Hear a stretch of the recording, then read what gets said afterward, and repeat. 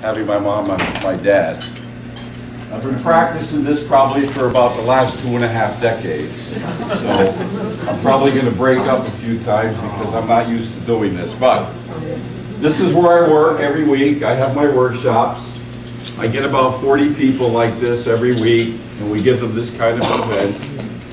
So today I have to tell you that I feel extremely blessed to be north of and still have both of my parents still living. I'm extremely happy about that. I have to tell you that in my business for the last 3.5 decades, I've had the opportunity to meet some pretty powerful people.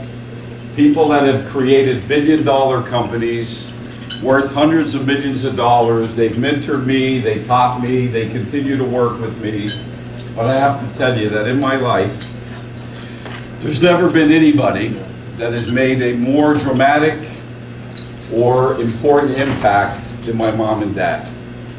And they've certainly been an inspiration to me.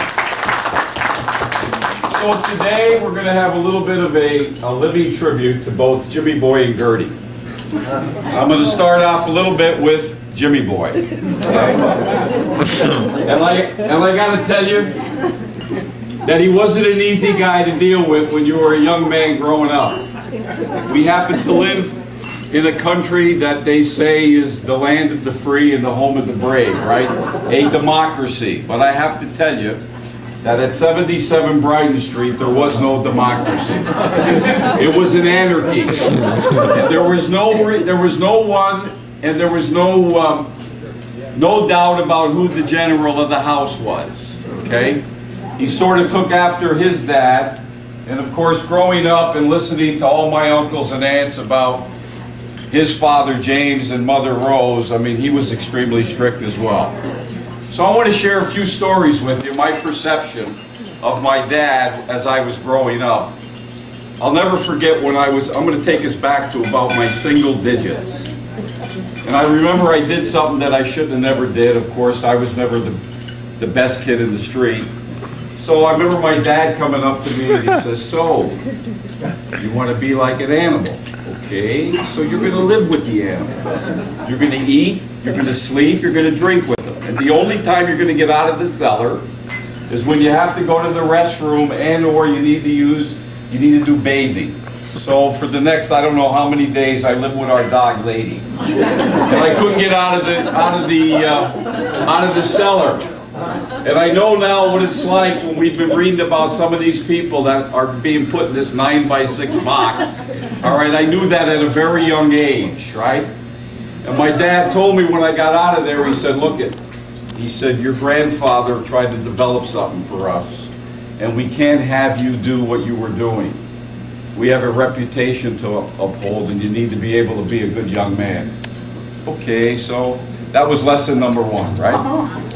So now let me go fast forward a little bit to when I'm in my early teens. You guys have heard of this little thing called peer pressure? Well, we all have experienced that, and I remember in my early teens, I went to junior high school down in Jenkins Township.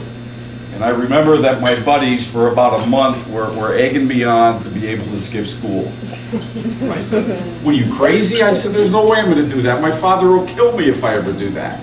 Well, it was a gorgeous afternoon on a spring day on a Friday, and I sort of acquiesced, and they finally convinced me that we were going to sort of take off after the lunchroom, because they said, "Who's going to know that we're missing?" Of course, you know, you don't think about that. So we leave, and we went over to Acroney's store, we bought candy, we went in the mountains, and we came back right at the time. Everybody was leaving to go into the bus to go back home. So as we get back there, who's standing at the door but the principal, right? With our letters telling us that we have now been suspended, and the only way we're going to be able to get back into school is our parents are going to have to show up on Monday. So of course at that point my buddies, they're all laughing and I'm crying internally because I got to go home and tell Jimmy Boy, right? So I get in the bus and we drive home, and that drive, which was about 10 minutes, seemed like 2 years. So when I get in the house, I'm thinking, oh, how am I going to let him know it's Friday? So I didn't go to bed Friday night, now it's Saturday, and I'm saying, oh man, when am I going to tell him this? So now it gets to Sunday. So now I'm in the house and I'm getting ready to tell him, and who walks in but my shining light, okay? At the time, it was my Uncle Gerard, and currently, you know, I always call him Big G, you know, so he came into the house, and like he always was with his jovial attitude, he brought me into the cellar, and he said, look it, he said, what you did wasn't right.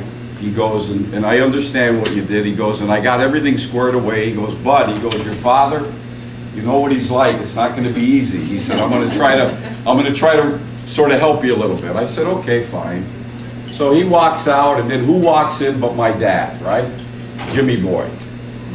Joe Frazier in the second round. I thought I was Muhammad Ali at the Thriller from Manila. My dad started punching me around a little bit, right? Flurry of punches must have lasted, I don't know, a couple of minutes. It seemed like an eternity. One of the punches, my head goes back against the refrigerator, and I put a dent in the refrigerator. So after all of that, my dad stops, his demeanor gets back to the way it was. He puts his arm around me and he says, look it, he said, what you did wasn't right. He said, and you have to realize that there's consequences. And he said, we come from a family that people respect, and whatever you do, you're not just doing it for you, you're doing it for the family. And don't ever let anyone ever dictate to you the way you need to live your life. Don't make your friends tell you what you need to do, because they're really not your friends if they're going to make you do some bad things. So, you know, I listened to him, and I got to tell you that not only did I get it, never for the rest of my life did I ever have an issue with school, okay? Because I knew that I needed to do what was right. So let me fast forward a little bit to his father. I happened to be about 16 years of age, and finally I was an athlete, and I finally got to start off. I fractured my hand in the summertime. And then I ended up playing quarterback. That was the sport that I played, or the position I played, I don't know how many decades ago, but we went to Nanticoke, and it was my first game that I was playing, and I had a pretty decent game, and I was a little outrageous. I was celebrating on the sidelines. I was jumping up and down. I must have threw a couple of touchdown passes, and we won. So I come back home from the bus, and now it's Saturday morning, and for those of you that maybe forget, my grandfather used to get us up at about 6 o'clock, because we used to have to work with him for the morning. That was the main thing, right? He wanted to make sure that we were around, because his attitude was an idle mind is a devil's advocate, right? So we would work with him. So I remember working with him that morning, and he goes to me, he said, son, I guess you had a pretty good game last night. I said, yeah, Graham. It was pretty good. He goes, well, he goes, I have to tell you something. He goes, you were a little over the edge. I said, what do you mean? He goes, well, you were screaming, you were yelling, you were happy. He goes, that's not the way we need to be. You got to be reserved. He goes, you got to act like you've been there before. He said, it's important that you do that. So, for the rest of my athletic career, I never made a statement at all again. That's what I learned from my grandfather, who happened to be my dad's father. So I'm going to fast forward a little bit, and I'm going to talk to you a little bit about when I was in my mid-30s and my business started to jam. I was working for a company in Wilkes-Barre. I don't know what I was, whatever title they gave me, but to make a long story short, I had about 3,500 reps that I had recruited and I was responsible for, and my income was based on what they were doing. And at that time, I was making what they call an obscene amount of money. And I remember that the owners of the company from Philadelphia, they sort of brought us in. And thank God that my Uncle Joe, who's here with us today, put together a contract for me so that in the event that they decided that they want to change something, at least I have the paper that I can meet them on the courthouse steps to make sure that my override was intact. So they come into the building, Mr. Small and his two sons, and of course the president of the company, my mentor, Teddy Hafner, and they tried to explain to me why they needed to reduce my level of compensation, because they wanted to post reserves and things of that nature, and they told me that they were going to invite me down to Philadelphia to have a real serious meeting. So I leave the building and I'm almost crying because I just bought a brand new house up at Bear Creek. And of course I may lose my job. And I went over to my dad's house and he has this calming effect ability. He just has this thing and he said, look, what are you worried about? You're young. Regardless of what happens, you're going to be able to get back on your feet again. And if they decide to have the meeting, you may want to get me involved. I said, okay. So they set up the meeting, and I thought about it. So I told my dad, I said, you know what, Dad, why don't you come down with me? You can ride in the car, and we'll go down and meet with them. So I have to tell you, I'm sure you're familiar with the Beverly Hillbillies, right? So here we are, right? The guys from Nowhereville, PA, going down to the big city. And my dad was Jed Clampett, and of course I was Jethro, right? So we're driving down on the turnpike, and I'm telling my dad, Dad, don't say a word. I want you to be quiet. Don't embarrass me. Just listen, and when we get done, on the way coming back, we'll talk about it. Now that in itself is a feat, right? Telling Jimmy Boy to be quiet and not to open your mouth. Because I have to tell you, my perception of my dad is that in this universe, there will never be anyone that will ever be big enough, mentally, physically, or financially, to even attempt to perceive, to have the audacity to intimidate it.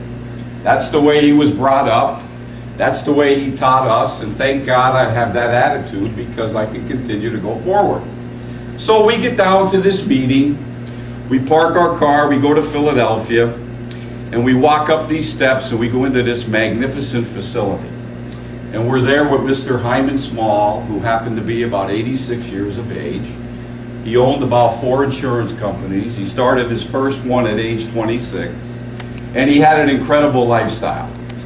And he was there with his 2 boys, Louis, who was about, I'd say, his early 50s, a very prominent, high-priced Philadelphia attorney, and of course his brother Richard, who was an entrepreneur. So we sit down and we start making some small talk, and then all of a sudden the attorney starts to pontificate, and now he's trying to explain to me and my dad why I have to take a cut in pay. Because they need to post reserves, they need to have enough money, and they need to live their life as well. So as they're talking and I'm starting to get smaller in the chair, I look over to my dad and I can see that his mind is moving, and I go, oh no, something's going to happen. What happens? He starts to open his mouth.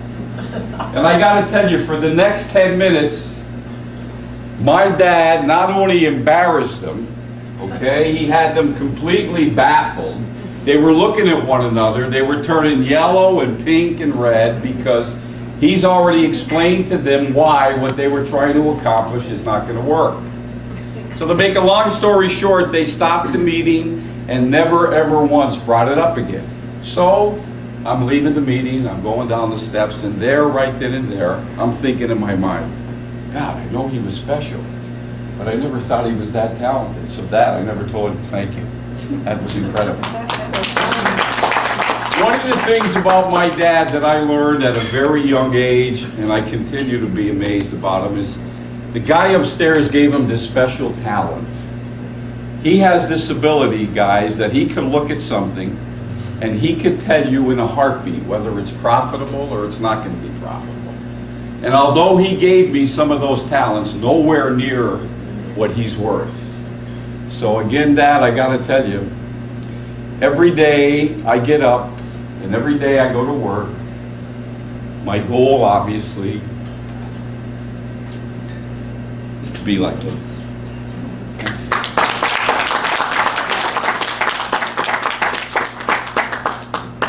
So now let's talk about Gertie for a little bit.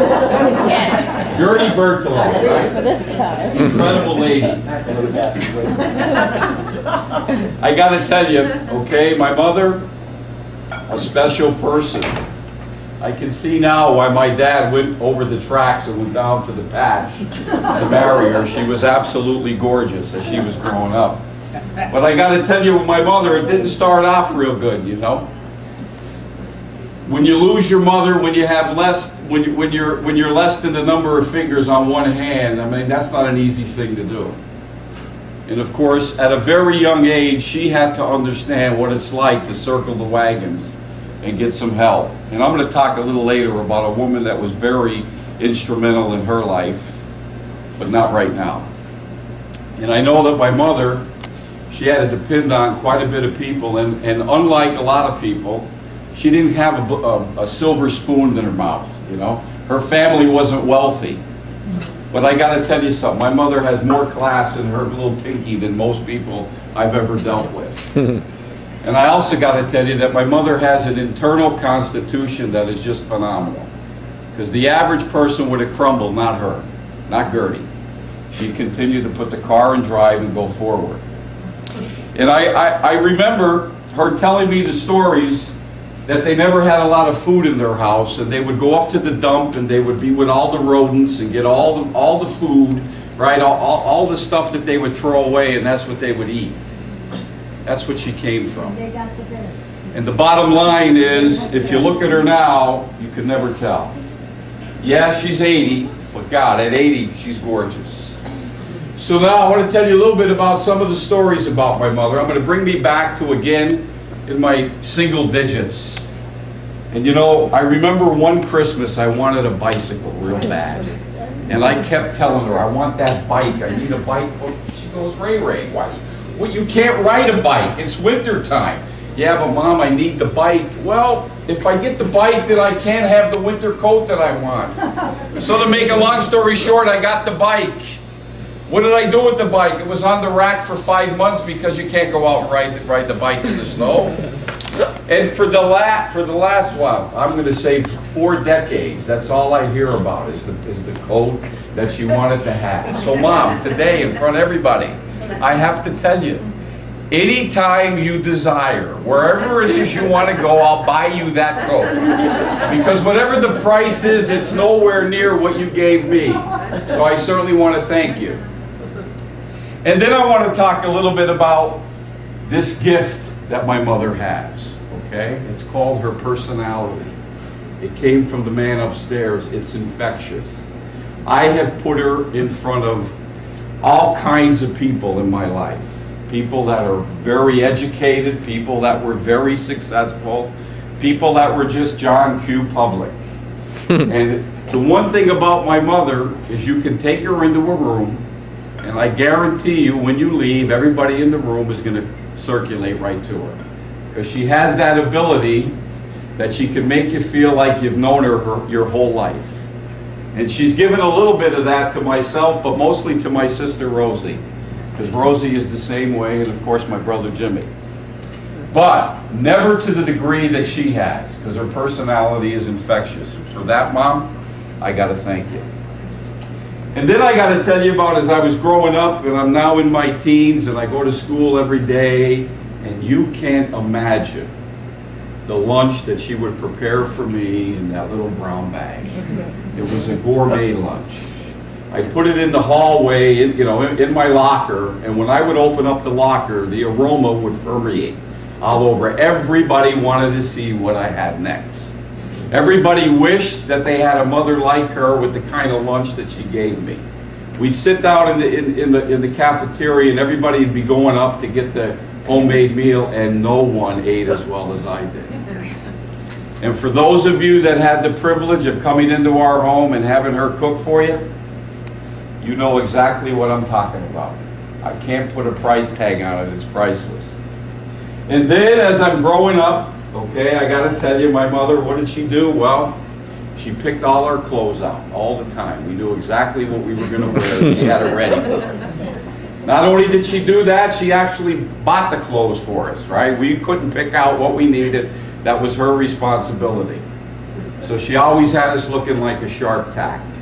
And then as you grow up, and you start looking at the other sex, she always gave me the hints and the tips of how I need to be a young man and what I need to do and all of that. And for that, Mom, I got to tell you, I thank you immensely.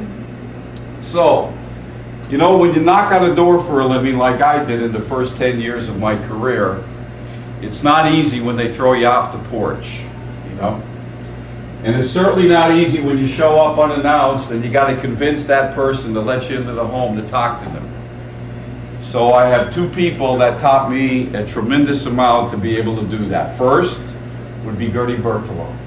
How? I'm being able to get in the house.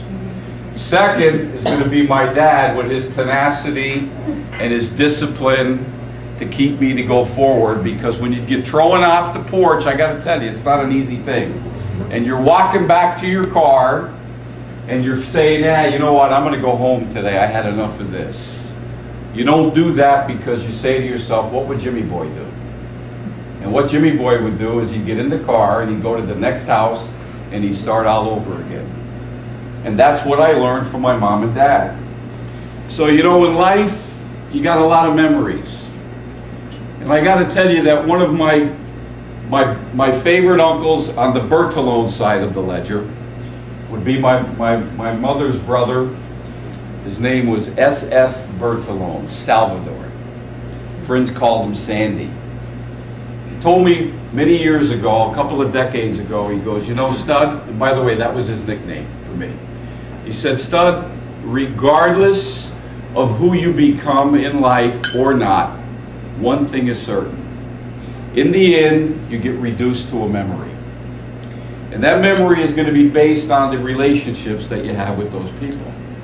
So I got to tell you, Mom and Dad, the memories that I have of you two guys are going to be phenomenal. Okay, it's my core, it's my burning light, it's who I am. So, in closing for you, I have to tell you thanks for all the memories, like Bobby Hope would say. You've been outstanding to us. Certainly you've been over and beyond the call of what parents should be. And in my life, regardless of who I ever become, I'll never be 100th the person that two of these are. Thank you. If I don't make a few comments about some of the special people that I think are here tonight or today with us. I'll talk about my dad's brothers, his sister, and the sister-in-laws. You guys have always been a big part of our family. Certainly I don't need to tell you about Jimmy Boy and Gertie because you know them longer than I do.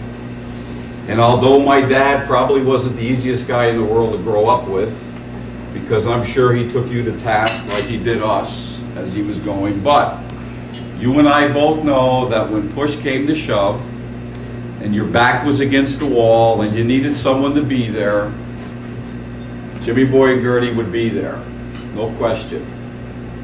Not for notoriety, not for any recognition, not for nothing more than you were their family and they were going to help you out regardless of what it is. And where's Anne-Marie Safudo? Right over here. So Anne-Marie, I got to tell you that I was extremely pleased when I got home one day from work and my wife said that you said you were coming today. In fact, you were our first response. And you know all about special people, Anne-Marie, because you came from two very special people.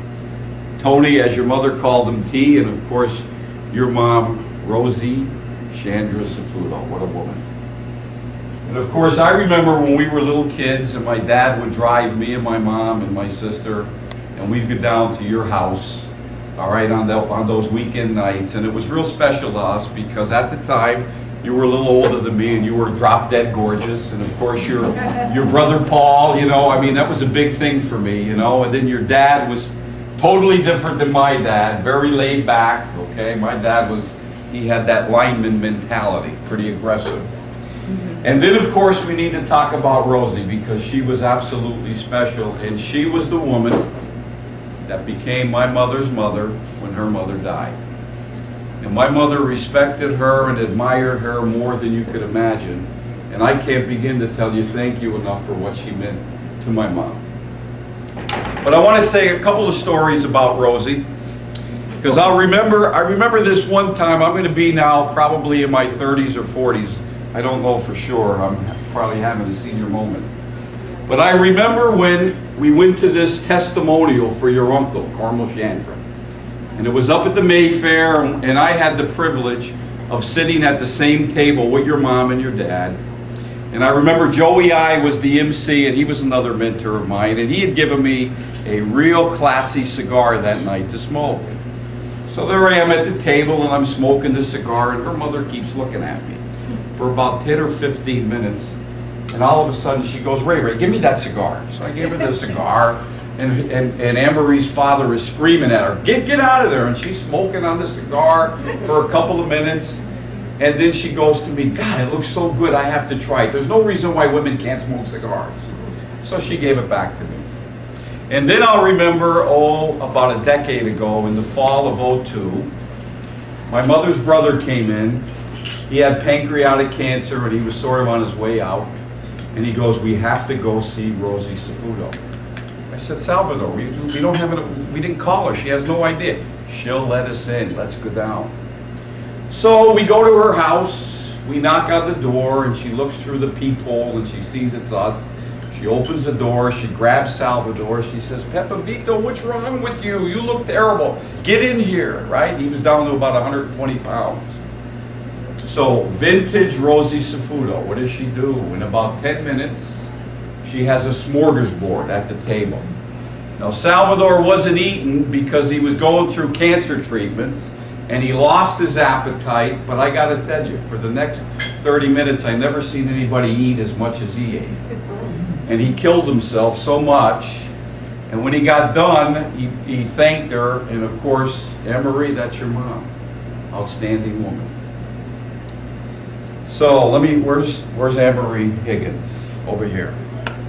Anne-Marie, what can I say about you? You know all about good people because you came from two very special people, Bill and Helen. Unfortunately for me, and more for you, your mom passed away way too young. And I remember as a kid growing up, I would always go to the store for her, and Helen sort of reminded me of June Cleaver with the Leave It to Beaver. She always had the real nice personality, would always help you, an outstanding woman, and of course, then there's Bill. Bill, he lived a little longer. And many of the day, I would be on the front porch with Bill, and he'd be talking to me about life, and he sort of helped me out quite a bit. And I got to tell you, Anne-Marie, your father was special. And of course, your husband, Joe, you and I both know we have a lot of stories with Joe that I can tell, right? But I got to tell you, Anne-Marie, as a neighbor, I'm not sure anyone can have a better neighbor than Anne-Marie Higgins. She has done over and over again for my parents and my sister and my brother as much as anybody, any family would do. So Anne, today, I got to thank you. Thanks. Johnny Charge, all right? I got to talk about Mr. Personality, Johnny Charge, right? So John, other than the time that you ran over my dog when we were young, everything in your life with us has been outstanding, okay? And of course, you came from an outstanding family. In fact, when I was wanting to become a businessman, one of the businessmen I wanted to be in our family was your brother Joey Charge, who certainly was a legend. And to this day, people come into my office, and when they find out that I knew and was related to Joey Charge, they just open up their checkbook because they just love Joey Charge. He was a special kind of guy. But with you, John, I got to tell you, I got to really thank you because you were with my dad for 30 plus years, driving up to Bishop, Hannon, and Kalanoski, and whatever it was, whatever the names were. So you've seen the good, and the bad, and the ugly, right? There's no question, all right? And then, of course, you groomed my dad. So, John, I got to thank you for everything you've done. Thank you. No problem. And then I got to look around and I got to see some friends, okay? Because one of the things about my pop is he's loyal to his friends. Mr. Sperazza, I got to thank you. My dad just came out of an operation that I thought was a walk in the park, and it was a lot more difficult than we envisioned. And of course, I had a seminar the day that he was being discharged. And here's Joe, okay, on his own accord, without anybody asking anything, asking my mom whether or not it'd be okay if he drove her down to Philly so that he could pick up my dad and bring him home. So Joe, not many people would do that, but I certainly appreciate what you did. You're a heck of a guy. Next to you, Sam Greek-Quineri. What a guy, right? We used to always go up to the plaza every Friday night because Greeky was the security guard. Can you imagine that? What the heck was he going to do if somebody tried to do something, right? But Greeky, like my mother, they have that special kind of personality. All right, my wife always loved Greek, and she always told him that if you were younger, I think I wouldn't be married to my husband. I'd pick you. So Greek, you and my dad, and of course your other person who, God rest his soul, he's not with us, Balo. You guys spent an awful lot of time together, and I certainly appreciate what you've meant to our family and my dad. So Greek, I'm real happy that you came today. Josie Hallett. Josie, I remember when my mom and I and my sister and brother would always go over to your home. My mother always liked you, spoke very well of you, and I'm real happy that you showed up today. Let me talk a little bit about the Gallaghers. Okay? Mary, Claire, and Jackie, the professional caregivers. Okay? And of course, they're very familiar with coming from special people because their mom and dad were certainly two of the most special people that I've known. Unfortunately for them and me, their dad left us way too soon, Uncle John. He taught me about discipline. Every time we played baseball and our ball would go in his yard, we lost it. Okay? Of course, we get it back, but we'd lose it. And he tried to let us understand that it's important that you don't destroy other people's property. And then let's talk about Aunt Jewel, the matriarch of the family. What an incredible lady she was. If you've ever had the opportunity to go to Disney World and you ever go to France, go into the pastry shop and they had nothing on Aunt Jewel. She's incredible, was incredible. And of course with her, I spent much more time than I did with her husband, because as you get older, you sort of appreciate life a little bit more. And I can't begin to tell you all the stories and all the help that she's given us. And of course, two of the greatest gifts that she gave us is our two daughters. And although they're my cousins, I tell them all the time that to me, you're my sisters. And I certainly appreciate what you've done for my mom and dad, because you guys have gone over and beyond what it is, especially with my brother and my sister, and of course my mom and dad. So right here, right now, I got to thank you for what you've done.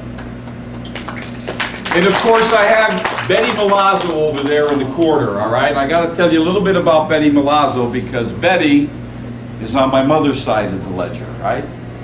Betty married a guy that's very inspirational to me, and I remember when my wife and I were just starting out, and we thought we didn't know who we were, we wanted to be like somebody. We wanted to be like Betty and Sam, because they were very successful people. They had a great family, they had an incredible business, they were certainly well respected, and they were the kind of people that we would want to be. And then they were kind enough to allow us to go up to their lake house over at Split Rock there in Lake Harmony. And I'll never forget the time I went up there with my Uncle Salvador, and we're on Sammy's, what is that? Pontoon. We're on Sammy's pontoon, and so he's having a conversation with Salvador, and he's telling Salvador, and he goes, no, wait a minute, Sam. He goes, you're afraid of bugs, you're afraid of fly, you're afraid of water. How the hell did you ever get to be so successful? And Sammy said, well, he goes, that's because I have a special lady that's my wife. And you want to know something, Betty? He certainly wasn't wrong about that. So I'm appreciative that you're here today. And then we got Joe Lello and we have Mr. Gambino.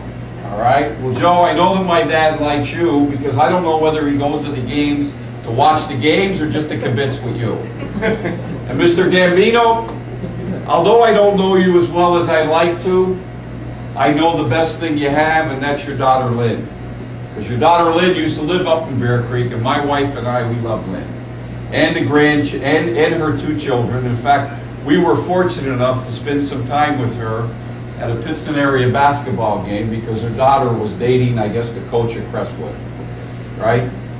So that's sort of my story today. So in closing, I have two things that I want to tell you.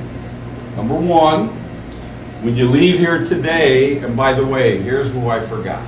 Anita Giovanoli. Okay? I can't tell you how many times my mother has bragged about this lady. Okay? How many times? And my dad, which is unusual. My dad doesn't give Jesus Christ a compliment. In fact, the only person I ever know that can take on the church and win was my pop when he helped have them or establish the union. So I got to tell you, thank you. Okay. So that closing, there's two things I want to say. Number one, if you're going to go across the hall and do a little jingling, I certainly wish you luck. And number two, more than number one, when you leave here today, please drive home safely. Thanks for coming.